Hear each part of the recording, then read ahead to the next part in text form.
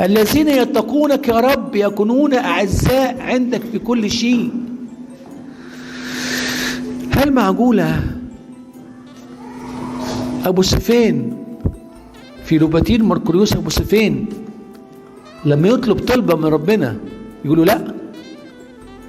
ما أعتقدش ربنا يقولوا لا. عشان كده احنا بنلجأ للقديسين، نتخبى في دراهم كده وفي ظهرهم كده، قول معلش يا ست عذرا، معلش يا ابو سفين، انا مكسوف اكلم ربنا، اتكلم معايا، حط صوتك مع صوتي، كلم ربنا معايا، مش هيقول لك لا.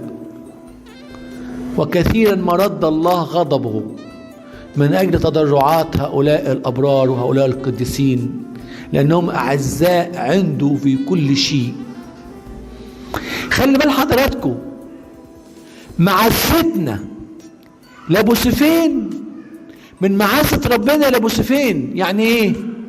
يعني إحنا بنعز أبو سفين لأنه بيعز ربنا وربنا بيعزه، وبالتالي ربنا خلانا كلنا نحب أبو سفين. إيه تجمع كل هذا الشعب المبارك للاحتفال بتذكار استشهاد هذا الهمام إلا لمحبتنا لأبو سفين.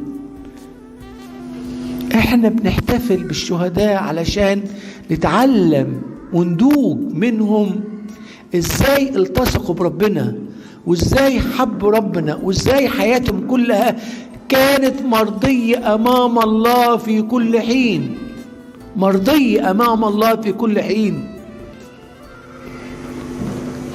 ونتعلم نبتدي نعيش مع ربنا عيشة حقيقية.